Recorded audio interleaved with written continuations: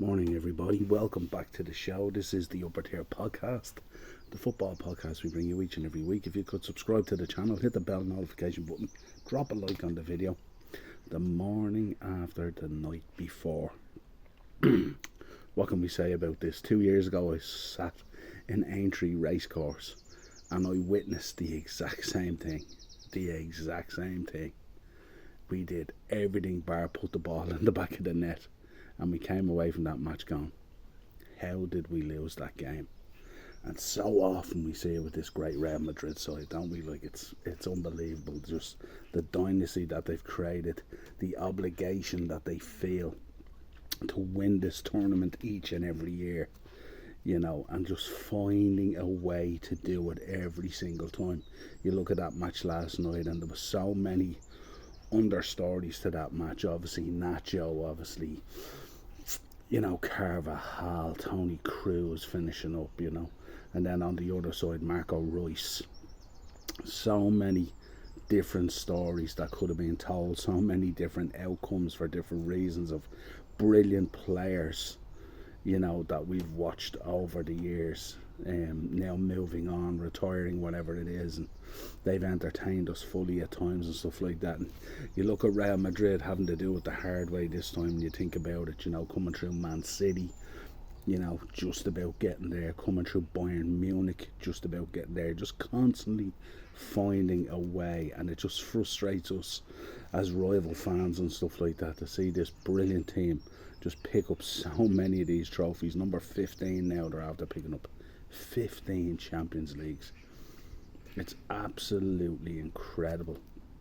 And when you look at the situation there last night with the subs and all, Cruz coming off, Modric coming on, Militao coming on and stuff like that. These are household names in the world of football and in the world of sport, and it's just to see Carlo Ancelotti there as well, and the emotion of Jude Bellingham, who's really only starting out on his career in this path with Real Madrid, and what a future he had, and the boy was quiet tonight, you know what I mean? He, like last night, he didn't really impose himself on the game really at all. You look at him and you look at Rodrigo, Tony Cruz, that first half, most of those guys never really got into the game. They barely even got a mention, Dortmund were sublime on the counter attack, often with an overload as well. And then you find out, you're looking at the teams walking out at the start of the game and who's there? Thibaut Courtois.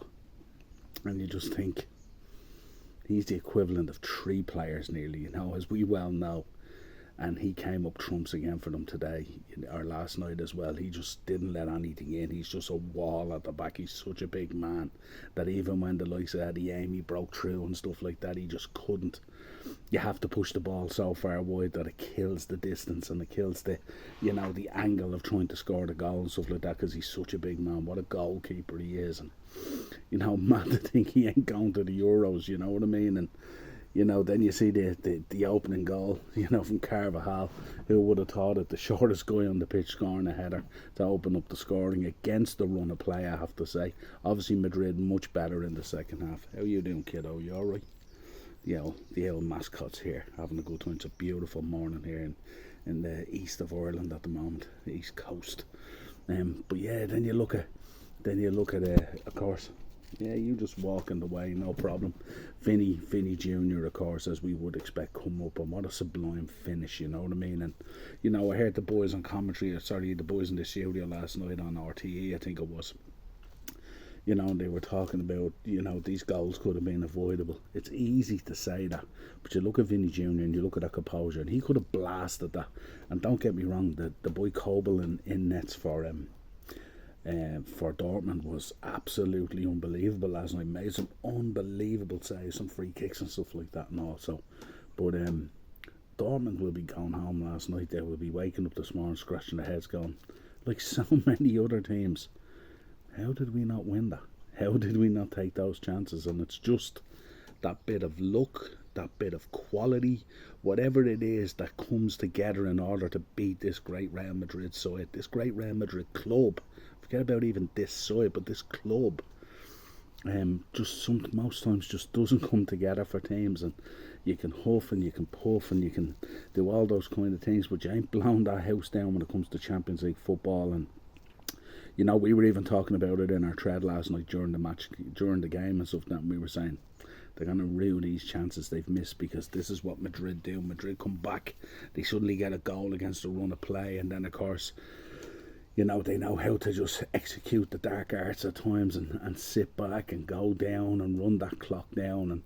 And where the first half seemed like a real long 49 minutes, I think it was, and stuff like that, the second half, once they score, the clock seems to eat itself up and go so much quicker for some reason.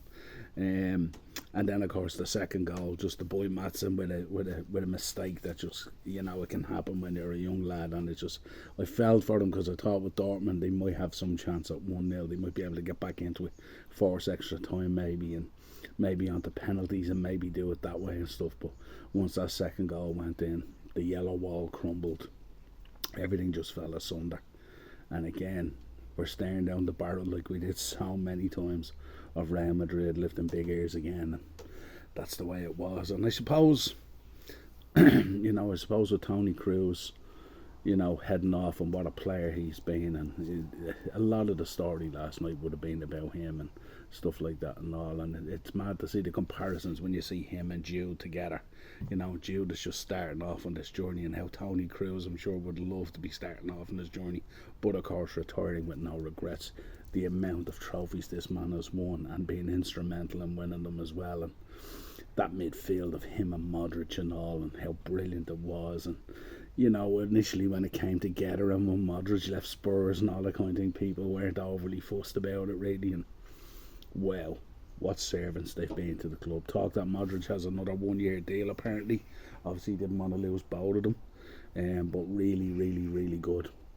But once again, Real Madrid coming out on top, 15 times champions now. Very hard to catch them in any way, shape or form. We'd have to win 9. Another 9 Champions Leagues to catch up with them. Just goes to show the dominance of them in the tournament, and how they view it as an obligation rather than an achievement. And I think that's the difference in the mentality between other clubs and Real Madrid. Real Madrid, the onus is on them as an obligation to win this tournament. For other clubs, it's a massive achievement, and that's the difference really in the mentality. So best of luck to Real Madrid, Champions League champions again. Unlucky Dortmund, but being a fabulous season. Not as good in the Bundesliga, but certainly in the Champions League did yourselves very, very proud. But as we say, it's all about who lifts the trophies. Let us know your thoughts on the match last night, folks. We will be back on Tuesday evening, myself and Mark, because Monday's a bank holiday. We will be back on Tuesday to give a review of the Champions League, and we'll start looking towards the Euros. So if you could subscribe to the channel, hit the bell notification button and drop a like on the video, we'd really appreciate it. Talk to you again real soon. Cheers.